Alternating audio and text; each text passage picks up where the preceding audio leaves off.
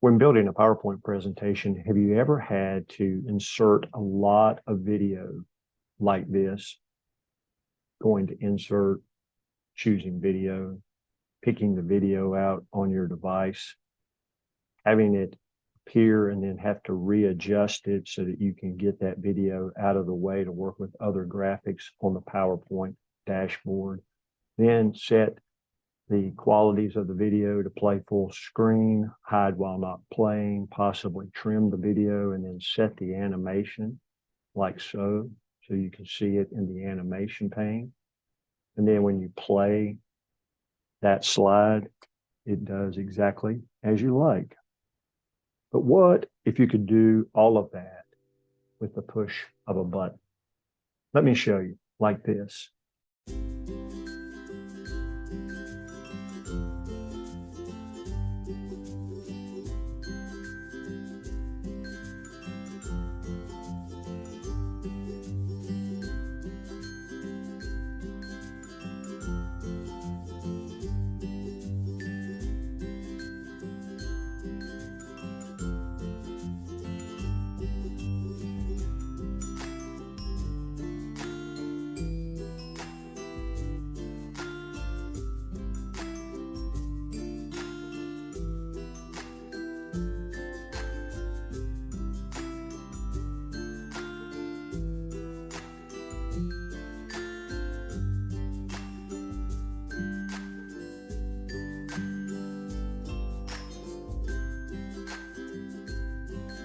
All right, so here's my situation. Each week I have 2 events, and during each of those events, we're doing team building events.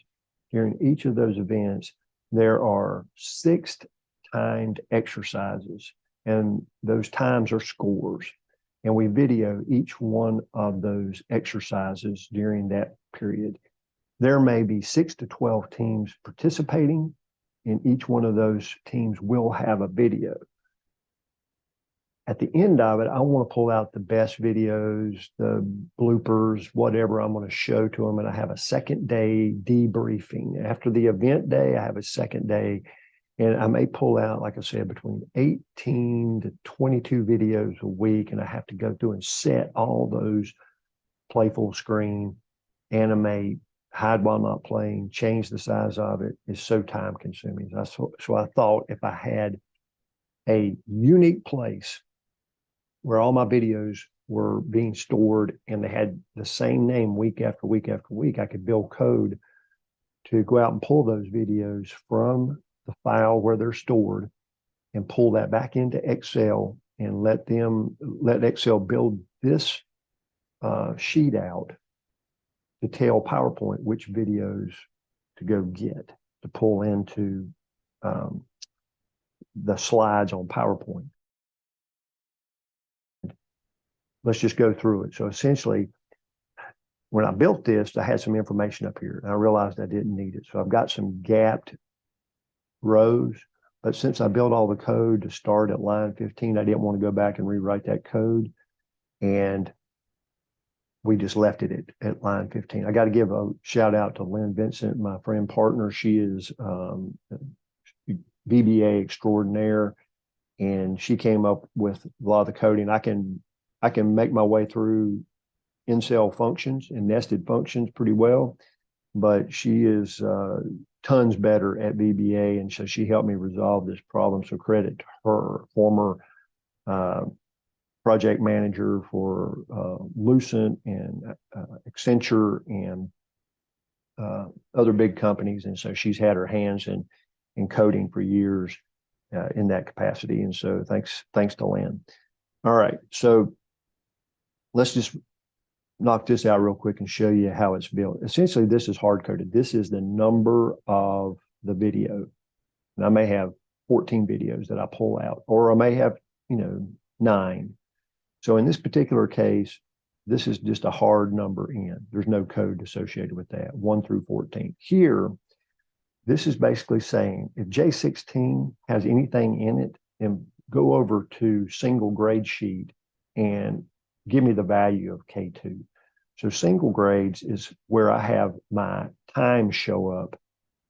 And this is being populated by another sheet, but all of these blocks are actually being inserted into my PowerPoint via a link. And so I wanted to kind of make it a little bit more graphically pleasing. So I set these up separately so that the information I'm getting from another part of my workbook can come in here and populate this with the stop time, the penalty, and then the total time as a result of the stop and the penalty combined. And this is team 1 through 6, and it could go down to team 12, but in this case, I've got teams 1 through 6. Here in line I are the slides, because I know that stop number 1, this particular scenario, is going to end up being displayed on slide number 5. So I set my slide in a column here on the single grade sheet. So when we see the slide number, it's originating from here. This is slide number 5. This is going to be on slide number 7. This particular exercise is going to be on slide number 9, and so forth, slide number 11. And that's all hard coded in. I've got just a number typed in. Here is the client name that Excel is going to go out and look for that folder, and then it's going to go into that folder and it's going to find the date of service. And in this, I may have 15, 20 dates in there from previous events, but this particular cell tells Excel where to look for the videos themselves. And the videos are all named consistently week after week. For example, team 1, stop 1, team 1, stop 2, team 1, stop 3. There are 6 stops, and this is the stop right here. This is stop. This scenario is stop 1. This scenario is stop 2. This scenario is stop 3, etc. And then this is team 1, stop 1, team 2, stop 1, team 3, stop. So all the videos are named as such consistently week after week. Basically, when I click on a checkbox here, it makes a true show up inside this box. And based on that true, it tells the Get Video tab everything it needs to know to go out and search for the remaining information.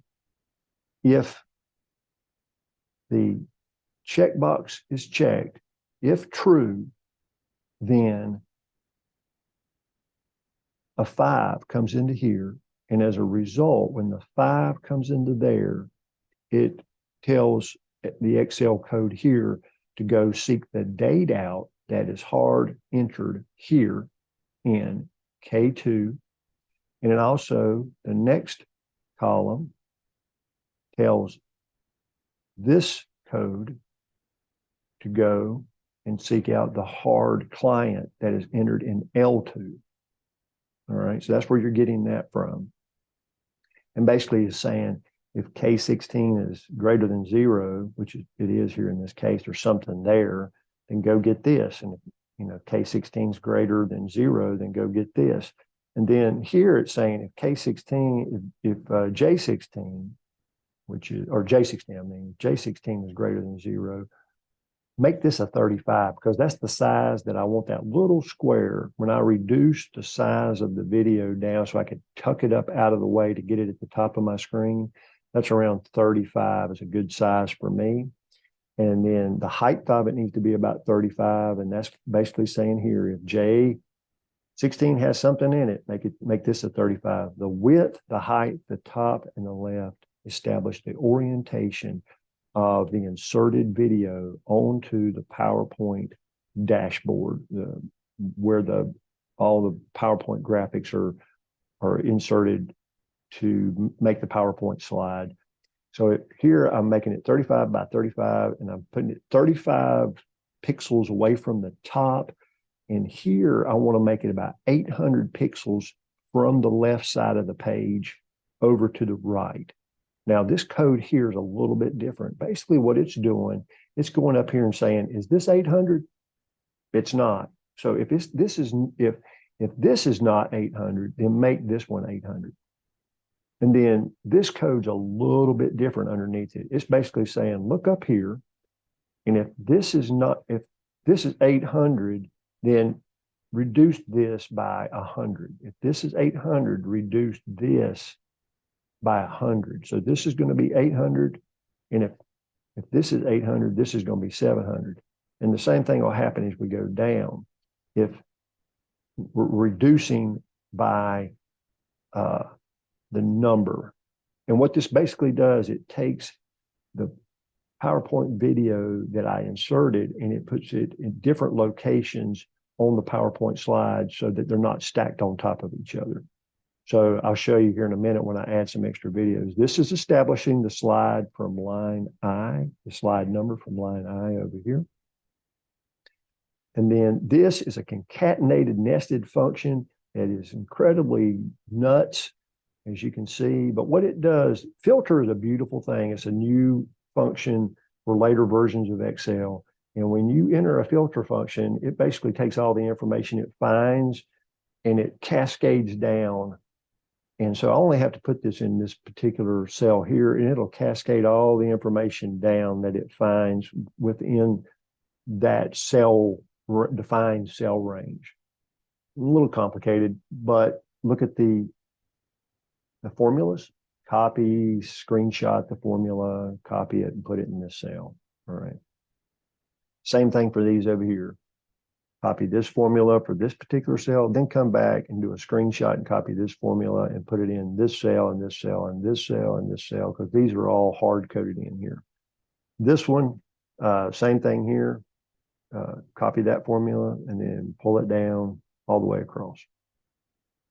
And then this one is another concatenated nested function. If there's something here, then there's going to be something that is created from all the words and the verbiage on other pages to give me what is going to go inside of the inserted text box on the PowerPoint dashboard. Because right before every video plays, I want a text box to be inserted. And then I want it to be animated. So on click, it will actually appear and it'll have the information of which team is getting ready to be seen on video. So that's what this text box information does. All of this coding basically is what you're going to need. So let's go back to single grades. Now I'm going to add some extra videos. I'm going to do team 2 here. And over here, I've only got a 2, but if I had a team name, I'll show you some other parts of it. Here is my scoreboard. And when I put team names on the scoreboard, they automatically show up in my grade sheet here. All the, and I'm not sure if this will work, but normally if I click this, see, I can put a time in. All right, how many penalties I had, 1 penalty. I hit enter. It's going to show me I got a red penalty assignment because this is 10 seconds for every 1 penalty that it shows up. Then if I come over here to my grade sheet, it's already in there. There's my 10 seconds of penalties. There's the total time with the 10 seconds of penalties added. Here it creates a time here. All right. And all it's doing is copying that information over. This is a little shrunk, so I'll just open that up a little bit for you like that. And then if I had a team name in, here, let me put a team name in on the score sheet.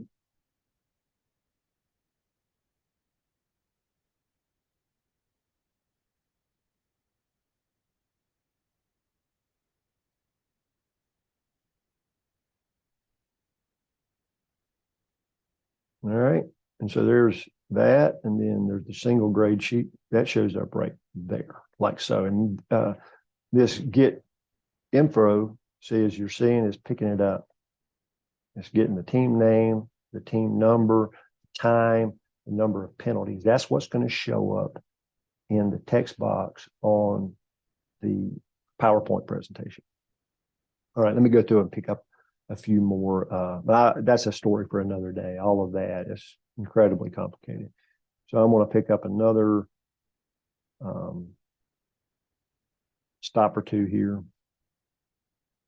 We do kind of a one, there's an over scenario and an under scenario. And if I click, let me go back and see which one I picked. Team 5.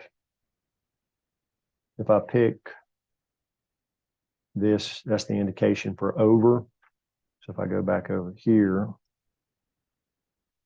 now this is over. And now when it goes into this, I've got two videos. I've got an under and an over video on the same slide.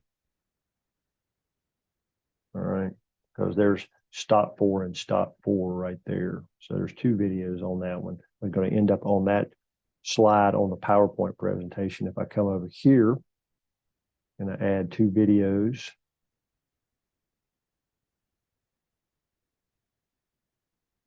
and then I add two more videos for the last scenario, I should have approximately 9 videos there. So there's the last one, 9 videos. Each one of them have a name that's going to go into the text box that's going to appear. And then here are all of the URLs where the team videos are located. That's all being picked up.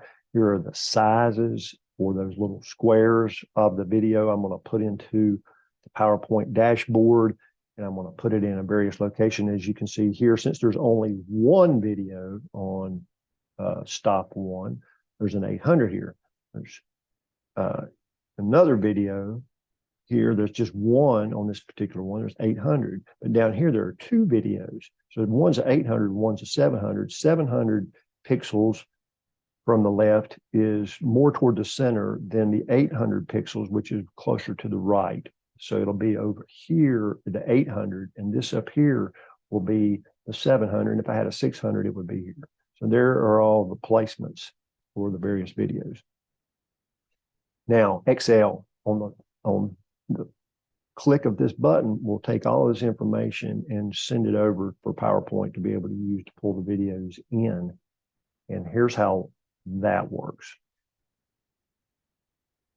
If you don't have the developer tab, you have to go up to File, you have to go to Options, you have to go to Customize Ribbon, you have to come over here and you have to click right here where it says Developer. You have to do that on PowerPoint, you have to do that on Excel to be able to have macros and VBA code. VBA code is the background code for Microsoft to do these visual basics that occur on their software. So you can code yourself. In my case, I'm more of a copier and a paster. So, but Lynn is a coder, so we rely heavily on her in that regard. All right, so with that, if you have this developer code, and we put the code in to a ActiveX button. So here is the design mode. And when you pick design mode and you come over here to insert, you can insert your ActiveX button right there. All right. And here's the ActiveX button. And when this is clicked on, this is actually clickable like so. And if you right click on that button and you hit properties, you'll have a property window come up and you can change the color, background color of the button here, you know, or you can change the foreground color, which is the font color here, the size, dimensions, whatever. But this is the button name, and that's important because that's going to be in the code, and you're going to want to make sure that your button is named Command Button 1 if you just copy and paste the code in, because if it's named something else, the code's not going to work because it's not going to know where you're pointing it to. All right, so make sure you've got your button name Command Button 1. That'll help. All right, let's take a look at that code. I'm going to click this off. If you have that design mode, click like that, and you click your button, you can move it everywhere. But once the design mode is clicked off, now it's a clickable activated button. It's ready to run the assignment that has been assigned to it here. Oh, and before we go much further, we need to make sure we have a couple of things set to have control of the interaction between PowerPoint and Excel and PowerPoint. And I'll show you what I mean here. When you go to the developer tab, click that developer tab, click Visual Basics, then go to Tools, go to References, click that. This is the one for Excel. Okay, I've got these both open over here, but make sure you have each one of these checked, especially the object library references. You need object library for Office, object library for Forms, and object library for PowerPoint, collect in Excel. And if you don't see them at the top, you'll have to scroll down through the whole list of other possible libraries and tools to have the right ones activated for this particular type of functionality. So make sure you've done that as well before we get too deep into the VBA code. All right. And then over here, the same thing for PowerPoint. Go to PowerPoint, go to Developer, go to Visual Basics, go to Tools, References, and then make sure you have these clicked at the top. Visual Basic for Applications, Microsoft PowerPoint 16 Object Library, have the Office 16 Object Library and the OLE Automation. If you don't see those at the top, then scroll down through the bottom until you find the appropriate ones, okay? So take care of that business before we proceed much further. Visual Basics, let's go to it. This particular code, it's vast. And it's going to be, I don't want to get into the nitty gritty too deep, but since there's 8 sheets, hold 1 second, since there's 8 sheets here, the score, I got a hidden sheet or 2, I got the grade sheet, I got the chart here, I got supplementary sheet, I got single grades sheet, and then I got the get video sheet. That's the 8 sheet. We're putting the info, actually the VBA code, on the 8 sheet. So when you use this editor, you come over here, you open the Visual Basics editor by clicking Visual Basics here. You will have this pop up, and you may have a couple of sheets. You pick a sheet where you're going to put that wherever this is going to be. You're going to want to put the code on that sheet. All right. So here's the editor. You click that sheet wherever your frame is for all of your loaded video information. And then you're going to want to copy and paste all this into that sheet. All right. So what this does here, you want to have all of your variables demonstrated, or you want to have them defined, and you need to do that outside of the macros. Don't do it inside the macros. You see a lot of people start up here underneath sub. This has to be outside so that each one of these sub commands can use that information because they all have overlapped. They're helping each other out. So this is a function or a macro essentially with sub to in sub down here. This function is being used by this sub, so that needs to be there. This is a debug function that is being used to determine if there are any other shapes on the PowerPoint slide that need to be recognized so that when the video and the text box are being put in by PowerPoint, that it's not confused as to what the shape name is. So this is basically going through and picking out all the shape names that are already there and then assigning the new shape name with shape number 6 instead of it being shape number 5. It sets a new shape name for the text box that's being inserted and a new shape name for the video that's being inserted. That's how that essentially works. And then this one here is a call out. It's a telephone call to PowerPoint saying, hey, you've got a macro over there sitting, and I need you to run that macro now. All right. And this is a little flaky. Sometimes it works and sometimes it's a little flaky and it may not kick in for whatever reason. If you guys understand why it's not kicking in, yell at me and tell me I've done something wrong. Maybe it's got something to do with this nothings at the bottom, because this is something I contributed to the whole process and, trying to give Lynn a little bit of a break. But this actually calls out to PowerPoint saying, hey, you've got a macro sitting over there. Go ahead and run it at this moment in time at the end of this. And where it calls it into play is right here. So after this command runs, which is basically going through all of our rows here. It's going through each row and it's pulling out the information row after row after row and sending it to PowerPoint saying, here's what I need you to do with it. It loops through. It also sets the text box size, color, dimensions. It puts a line around the text box. It sets an animation for the text box. It sets the font size for the text box, and it aligns the text in the text box to be center. Here, it sets the animation. Now, it kind of does, but it kind of doesn't. If you guys see anything that I don't know and I can't figure out, here it's supposed to set a animation or entry. You see it on your animation pane normally. When you go to animation, you say entry, fade in. And then it's supposed to set a second animation for exit, which are usually the little red animations on your animation pane on PowerPoint. And this was supposed to be exit, fade out. But for whatever reason, because of this video being here, at this point right here, this one doesn't want to set itself. It still works. It appears. It's not even actually even fading in. It just appears.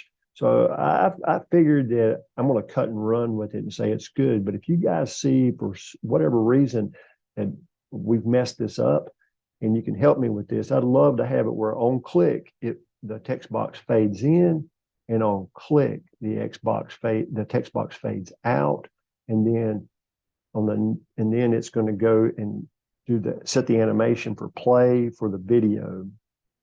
And then down here, it's going to click the checkbox because it can do it from the Excel side. It can set the animation to play on entry, and it can also set the hide while not playing checkbox on the PowerPoint at the same time. And then it comes down here and it finishes with all that. And once it finishes its last row, it comes to the bottom and it says run PowerPoint macro.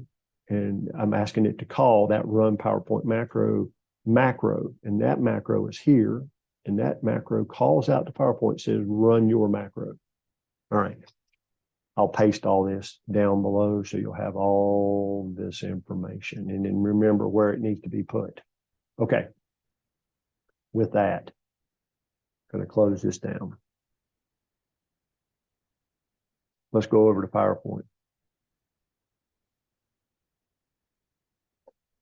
On PowerPoint, when the video is inserted in, as you can see, it has been clicked up here in the playback mode to hide while not playing. So when I click this, you will not see the text box or the video. It's gone. It's hide while not playing. All right. The text box is not seen because I haven't animated it yet to come on.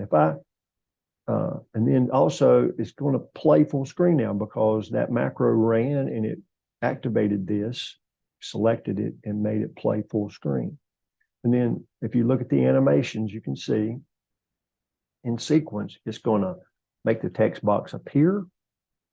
And it'd be nice if there was a red one there, and it's going to make the text box disappear. And then the next one on the next click is going to play the video, and it should play at full screen. And this is what the animation pane basically does. All right. With that, let's just look at one real quick. Let me go to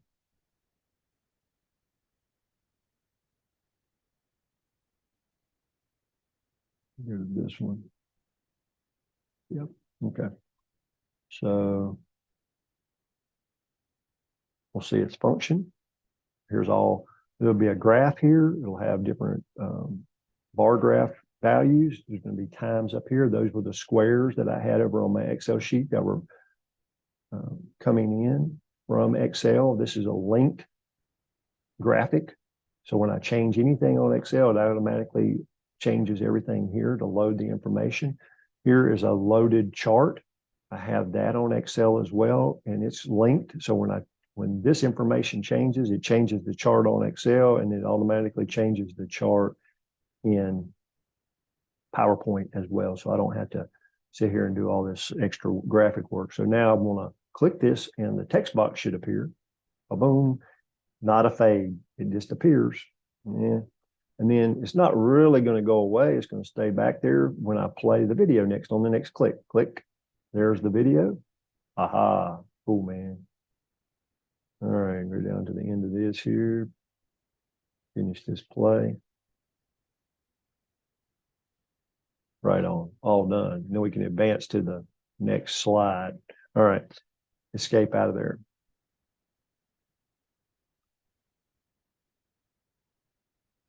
Okay, so what made the play full screen work is the developer, Visual Basics. Here is the code for the PowerPoint Visual Basics. Okay, I have two subs here, or two macros. This macro is basically going through, it's going to loop through all the slides, and it's going to load the text boxes, and it's going to load the video. And well, actually, I take that back. That's already kind of been done by the Excel side of things. This one's actually going through, it's looping through every slide, and it's selecting them, and it's basically just cutting on that checkbox. The checkbox is what this one's doing on video playback tab. And you only see these two tabs when the videos are selected. But when the video is selected, you can see these tabs, and we're trying to get PowerPoint to cut play full screen on. We want it to have a check in there. We want to make play full screen true. And that's what this VBA code is doing. It's basically looping through, selecting every video, putting the checkbox to true with a check in it. And then at the very end of it, when it finishes, it gives you that nice little message saying you've had 9, Z is 9 in this particular case, because there's 9 videos over here. You've had 9 videos that have been completed successfully. Save your PowerPoint, because you want to save a blank one, a blank PowerPoint with no videos in it. And this one's going to be your active one, because the next time you run this again, you want to start with a clean slate. So save your PowerPoint under a different name to a different location. Because the looping occurs pretty quickly, where it selects each video down the PowerPoint, it goes here and selects this one. See, this one's selected right now because it's got these little dots around it. And you can see when I run this button over here on load videos, if it works correctly, you want to have PowerPoint open at the exact same time, and you watch it, you can see it click each video down through the slides. It's looping through the slides, clicking each one, making it have those white dots in the corners. And then it's setting the checkbox here when it does that. But because it happens so quickly, we need to give it a little wait time in between each selection. So we put a 2-second delay between each selection. And here's where that's happening. After it loops, it says wait 2 seconds right here, call wait. It's calling this sub 1, 2, and it loops through again, finds the next video, click, selects it, wait 2 seconds, click, selects it, on and on and on. When it gets to the very end, it gives you that nice message box saying that it's finished. I'll copy all this and I'll paste it down for you as well. Hey, yeah, I know you're drinking through a fire hose on this, but hopefully this will be helpful to you. And don't call me, because I can't probably help you figure it out. There's probably some smarter people out there that can help you figure out some of the stuff. Like I said, we built a lot of functionality in this, and even a few things aren't even working for us, like the signing the second exit animation and the actual call out to PowerPoint from Excel. Sometimes it's a little flaky. If by chance that, here, let me reset this. I want to see what happens here. Go back. See what happens here. I'm going to click this and we'll go over here to playback. Okay, see, This is not play full screen. So let me click back through here for a minute, because I've gone back and I'm reversing the process.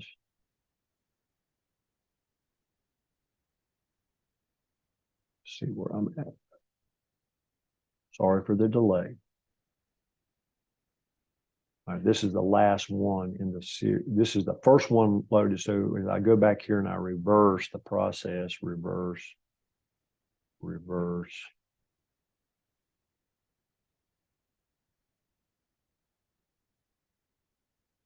Just want to make sure I don't reverse. One more time. See how I'm doing.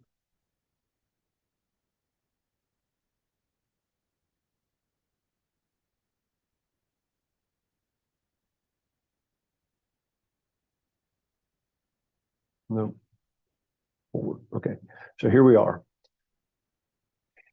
If by chance my Excel macro didn't pick up run PowerPoint macro, it skipped it for some reason, and you see these things not get their white dots around it at the very end of the run, you'll know that these have not been assigned play full screen mode. So what you do, you come up here to developer, you can come into macros, and this is the macro that you want to run. This is the one that Excel is calling out to, saying, hey, video 2FS, run yourself. And here's what happens when you run it. You hit run, or you click it. You come over here and you do it manually. You click it yourself, make it blue, and then hit run. It's going to go through, and you see what it's doing. It's going down slide for slide, and it's selecting each one. So I'm going to select this one now, boom. And it's going select. And what it just did, it just I manually went through and I ran that last portion. And you see, you got that little message box that said setting of 9 videos has been completed successfully. That's a pure PowerPoint macro, because you cannot set play full screen from Excel for whatever reason. And just to prove that to you, I'll click one of these and I'll come up here to playback, and you see play full screen has now been reactivated. So that's how you do it. If for some reason this blows through and doesn't catch that last call out to PowerPoint, you can go into PowerPoint. Since you've already got it open anyway, you can go into PowerPoint and you can run it yourself by going to developer, macros, click this, and then hit run. Cool. All right. Good luck, guys. Knock yourself out.